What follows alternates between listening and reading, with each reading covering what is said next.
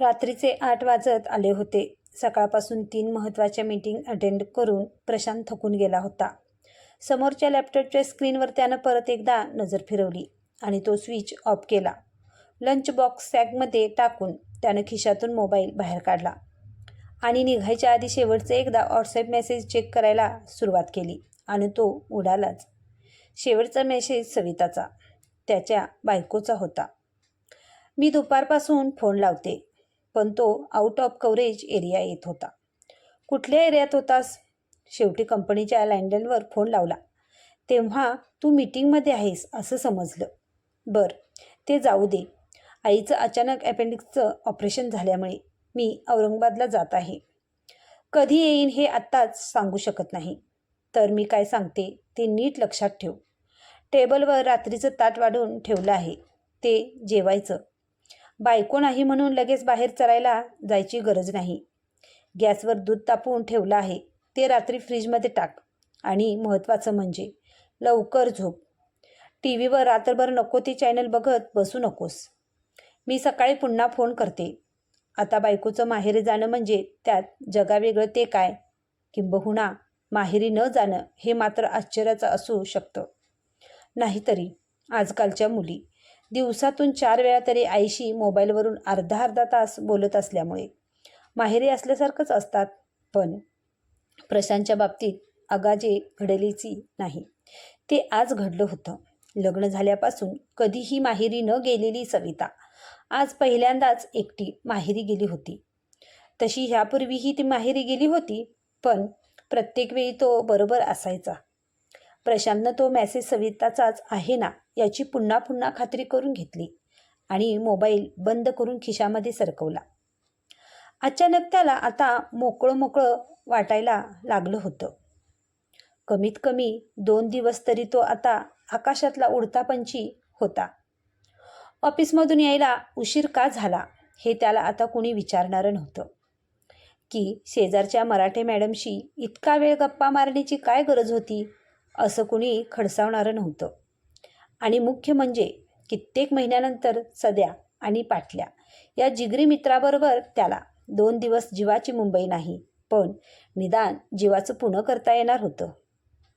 सध्या आणि पाटल्या, सदाशिव तावरे आणि महेश पाटील या सरळसोट नावाचं लंगोटी रूप म्हणजे प्रशांतचे दोस्त, लहानपणापासूनचे मित्र, पण सविताच्या दृष्टीनं टोळ भैरव.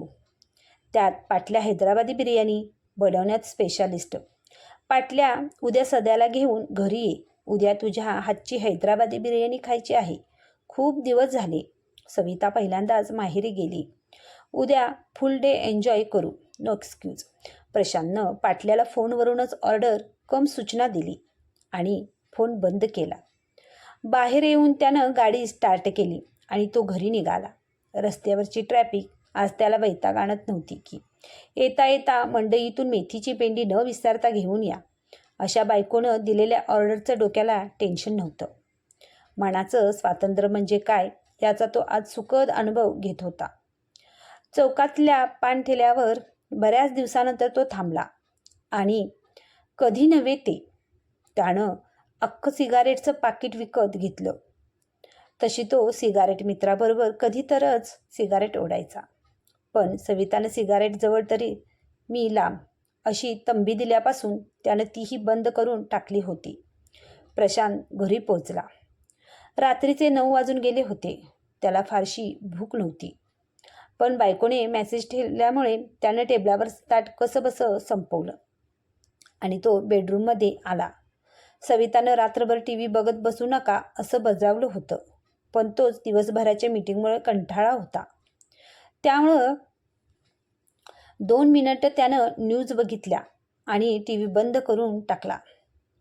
रोज वॉर्डरोबमधून काढून त्याची पांघरायची रजई बेडच्या पायथ्याशी ठेवलेली असायची आणि साईड टेबलवर पाण्याचा मग भरून ठेवलेला असायचा, पण तो आज तिथं नव्हता. चडफडत फ्रीजचं दार उघडून त्यानं गार पाण्याची बाटली तोंडाला लावली आणि उद्या 9 वाजता कामवाली येईपर्यंत मस्त ताणवून घ्यायची असं ठरवून तो झोपी गेला. सकाळचे 7 वाजून गेले होते. पहाटेच्या स्वप्नात तो अजून मशगूल होता. तेवढ्यात दारावरची बेल वाजली. जो कुणी असेल ते असेल, उठायचं नाही म्हणून त्यानं पांघरून डोक्यावरून ओढून घेतलं. पण बेल वाजतच राहिली. शेवटी वैतागून तो उठला आणि त्यानं दार उघडलं. समोर त्यांची कामवाली शलाका उभी होती. तसं तिचं मूळ नाव शकू होतं, पण तिनं त्या नावाचं शलाका असं मॉडर्नायझेशन केलं होतं. मॅडमचा रात्री फोन आला होता. रोजच्या कामाबरोबर आजपासून सकाळचा चहा आणि पोळी भाजी करायची म्हणून. त्यामुळे मी लवकर आले. येऊ ना आत? ये ना. आज हैदराबादी बिर्याणीची पार्टी असल्याने आता या शलाका आणि पोळी भाजीचं काय करायचं हा त्याला प्रश्न पडला. हे बघ, आज नुसता चहाच कर, पोळी भाजी उद्यापासून. आज मला बाहेर जेवायला जायचंय. ओके, मग ब्रेकफास्टला नूडल्स करू का? मला माहीत आहे तुम्हाला नूडल्स आणतात ते. आपल्या आवडीनिवडी हिला कशा काय माहीत?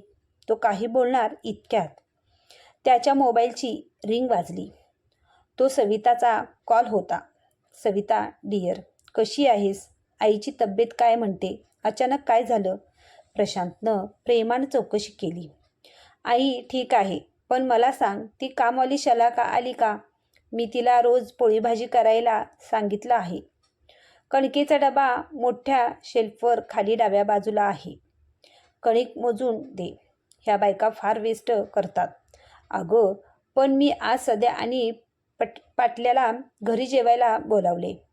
पार्टी आहे पोळी भाजीची. काय गरज आहे? मला वाटलंच तू तुझ्या टोळ भैरवांना बोलवणार म्हणून, आणि तो पाटील हैदराबादी बिर्याणी करणार असणार. बायको नाही म्हटलंय की उडाणग्या सुरू.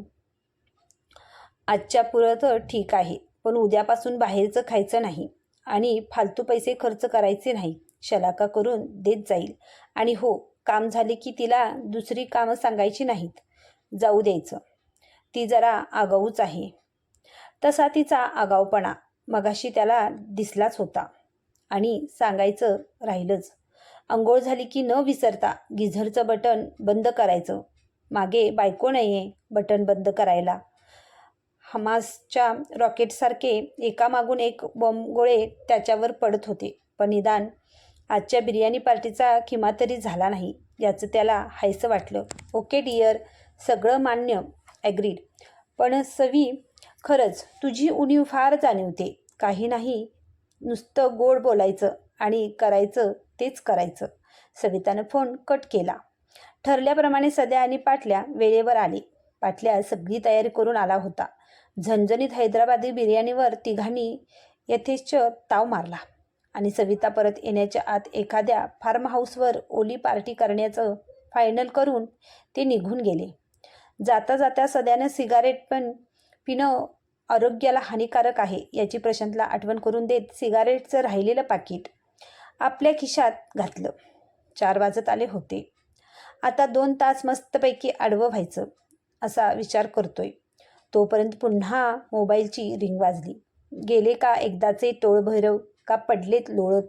सविताची सरबत्ती सुरू झाली. उद्या शलाका आली की डायनिंग आणि किचन कट्टा 2 वेळा धुवून घ्यायचा आणि परत असलं काही घरात करायचं नाही सांगून ठेवते. बरं, तुझी शुगरची गोळी कुठे असते माहीत आहे का? कुठे? प्रशांतनं ओशाळून विचारलं. प्रशांतनं आजपर्यंत कधीही शुगरची गोळी स्वतःच्या हाताने घेतली नव्हती. जेवण झाले की शुगरची टॅब्लेट आणि पाण्याचा ग्लास त्याच्यासाठी तयार असायचा.